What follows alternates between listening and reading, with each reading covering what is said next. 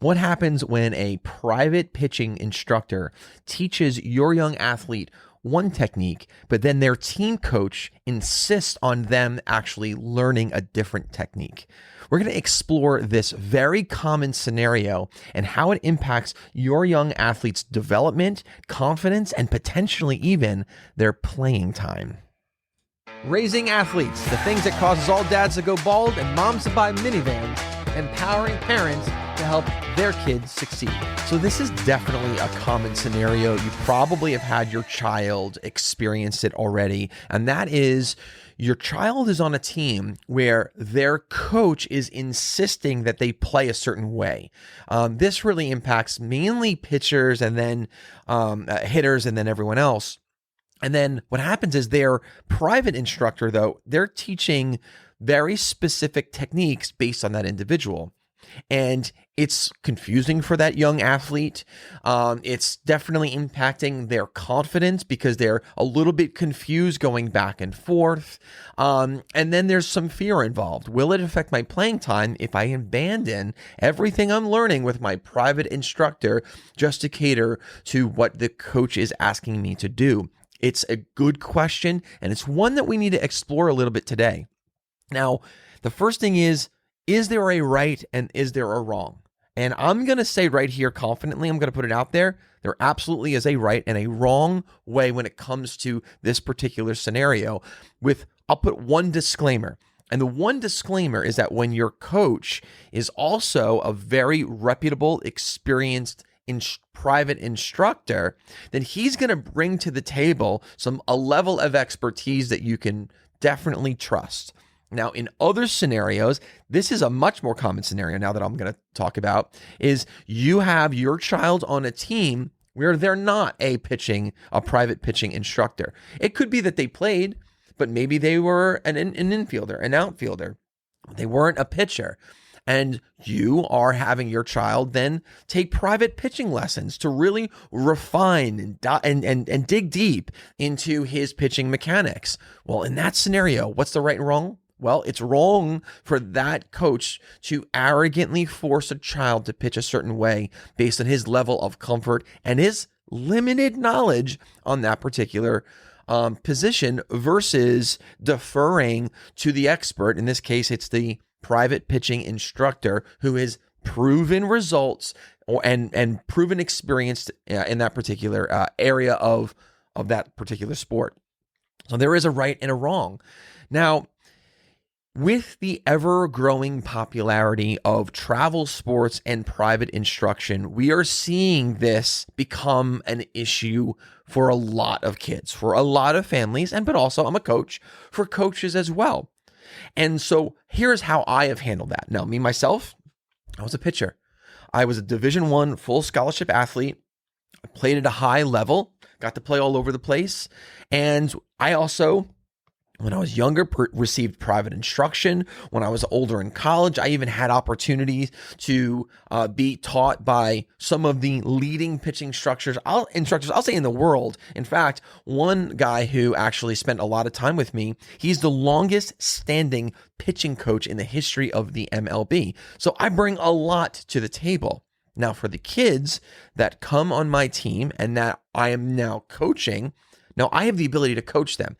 However, especially with new kids, I always have a conversation. My conversation number one with the parents and the kid: are you taking private instruction? 2, who are they taking private instruction from? And then I want to learn what their instructor is teaching them so that now I can sort of adapt what we're doing to what the kid has already learned. Because the game is hard and also it is expensive. And I want to respect both of those things. Now, as someone who's got the experience, I can definitely easily adapt to something else that the kid has been taught. And I want to make sure we're doing that, or else we're making it hard for the kid.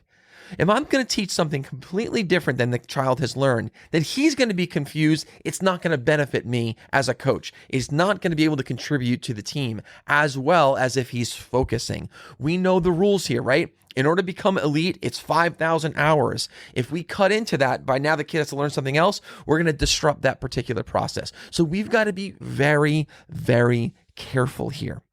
Now, let's deal with some of more of this real life scenario and some of the concerns that parents have.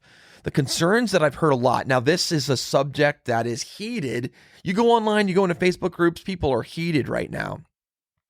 And private coaches, they're worried about the long-term development and risk of bad habits.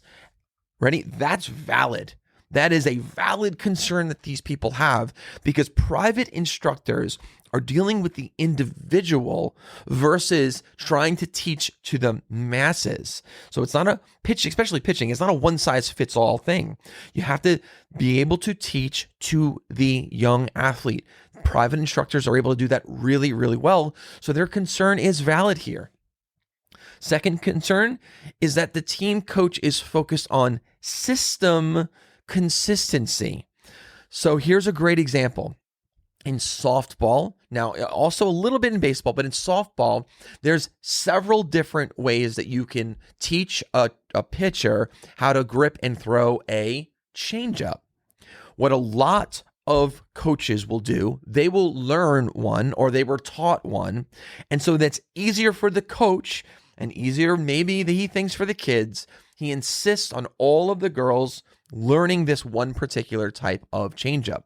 The problem with this, it's not a one-size-fits-all. Learning different changeup grips for softball pitchers, there's a lot of variables involved. How tall is the pitcher? How large are their hands? Are they able to actually control the different types of grips? Do they have a natural pronation of the wrist? Like, there's so many complicated variables when it comes to what changeup grip a softball pitcher could have.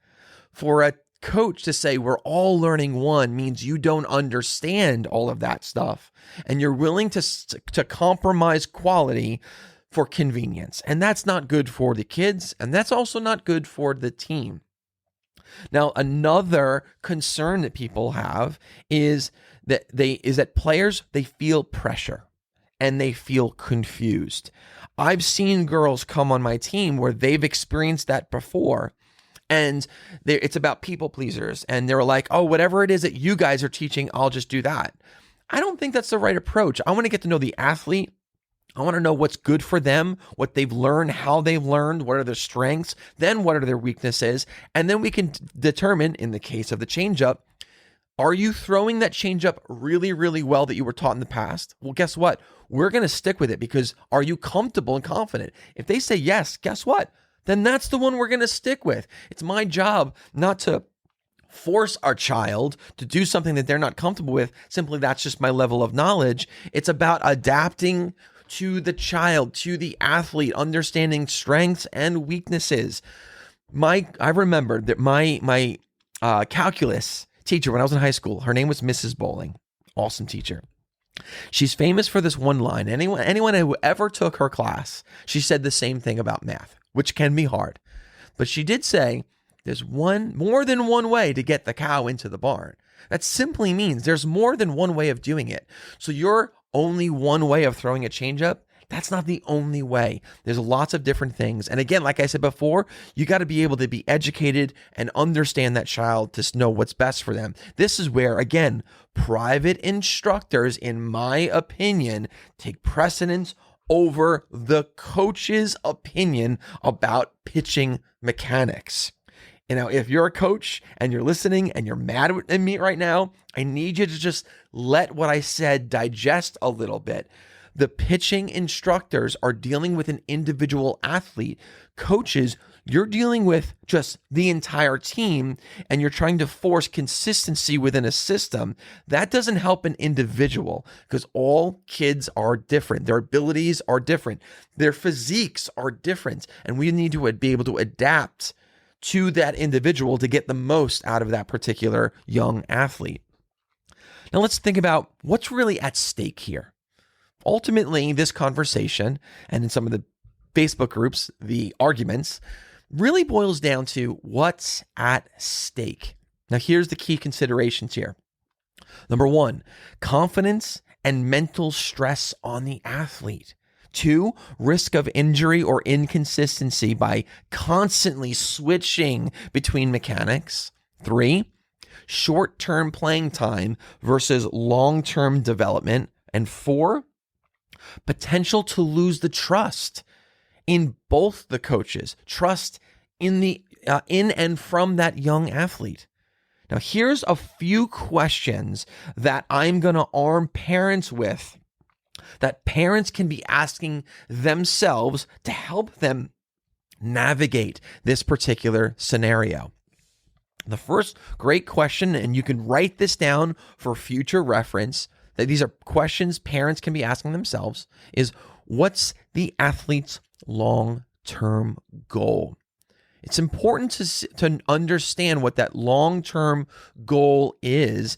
Be self-aware to create an honest goal, because then you can run these scenarios through the filter of that goal and ask yourself, does this help my child fulfill his ultimate goal?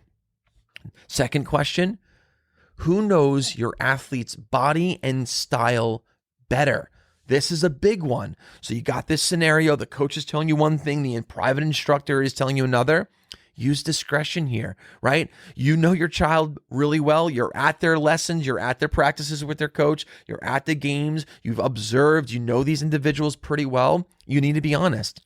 In your opinion, who knows your child's body and style better? Is it the private instructor or is it the coach? That should be a factor here. The last question that I suggest you ask yourself is, which method is based on individualized progress and science versus generic instruction? Now, we already covered that particular topic, but that's a really important one.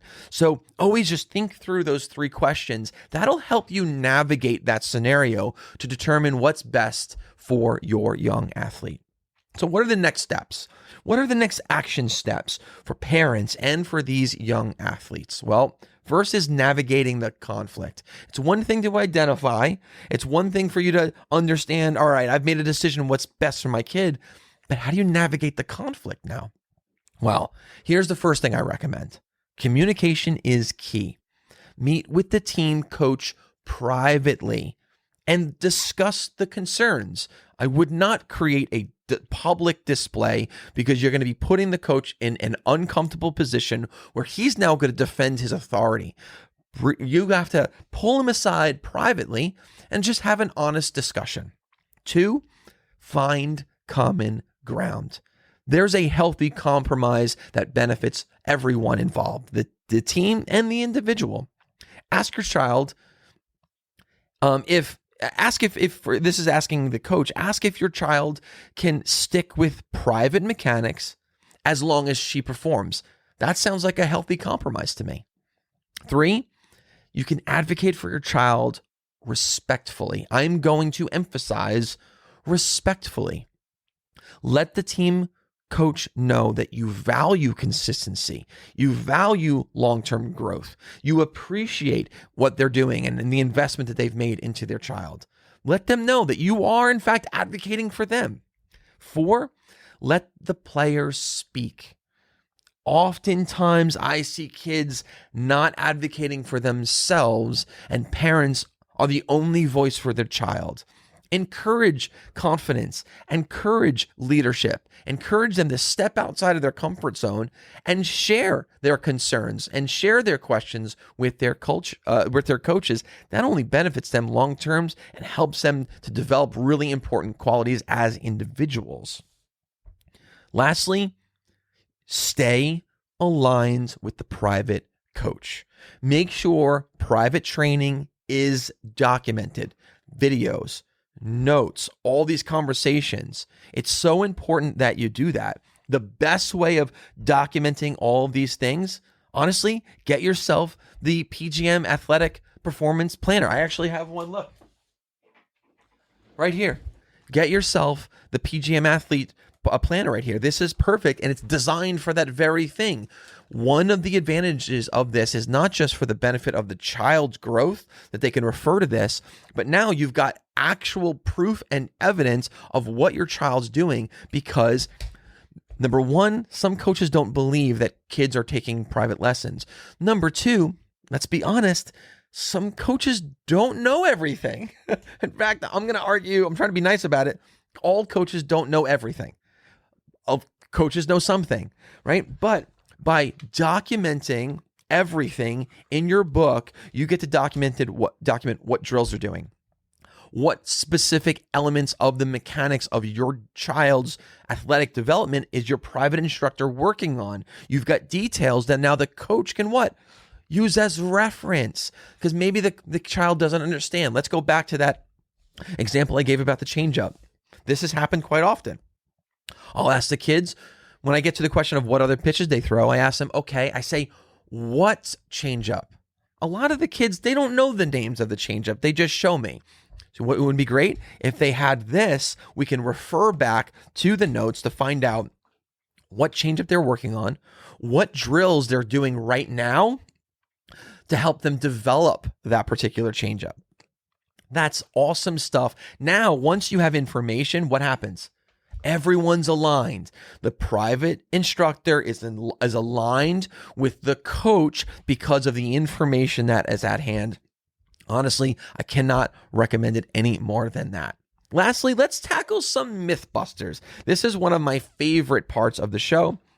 We're going to be myth busting as it relates to this particular topic. So, common myths. All great pitchers throw the same. That is a big fat that is not true at all. All you have to do is watch one game to see the opposing pitchers and realizing, holy cow, they're completely different. The second myth, the team coach always knows what's best. That is not true. The team coach, I'm not undermining you guys. You guys know a lot. You're invested into that particular community, and that's awesome. But no one individual actually knows everything. I think we need to be confident, but also have enough humility to understand that we don't know everything, and it's okay to defer to the experts. The next myth is changing your style to match the team is just part of being coachable. Now, coaches would say, oh yeah, that's truth. And that is a myth. That is not true at all. That's not the definition of being coachable. Another myth, as long as she's pitching well, mechanics don't matter. Please tell me that everyone knows that is a big fat that is a myth. That is not true. Just because someone has displayed some level of result, even though they're doing everything wrong, doesn't mean that it's okay. So I think it's important for us to understand what these myths are, understand the correct way, all of us align, put arrogance aside, and realizing we're all doing this for the best interest of our kids, both today and tomorrow. And if we're doing that, and that's our goals as parents and as coaches, well, then we need to be a little bit more aligned with everyone that's part of that village to raise that child to be such a successful individual, both on and off the field. Here's some final thoughts that I want to leave you with, you guys. Key points. Long-term development should always take priority over immediate conformity. 2, athletes need consistency. They need clarity. They need confidence. It's the 3 C's. 4, parents play a vital role in advocating for their athletes' best interest. We all have big dreams for our kids, but we have to make sure that they're realistic, that the kids are on board with it, and it'll benefit them when their playing is done, because what we do on the field is supposed to also help them off the field. Guys, thanks so much for tuning in to this week's episode of Raising Athletes. We are in this together. We're in the trenches together. We're doing this together, people. We can do it. The tide rises for all ships. I'm looking forward to building this community with you guys. So do me a favor. Share this with someone that you know who's also raising an athlete that would benefit from this particular community. Take care, guys.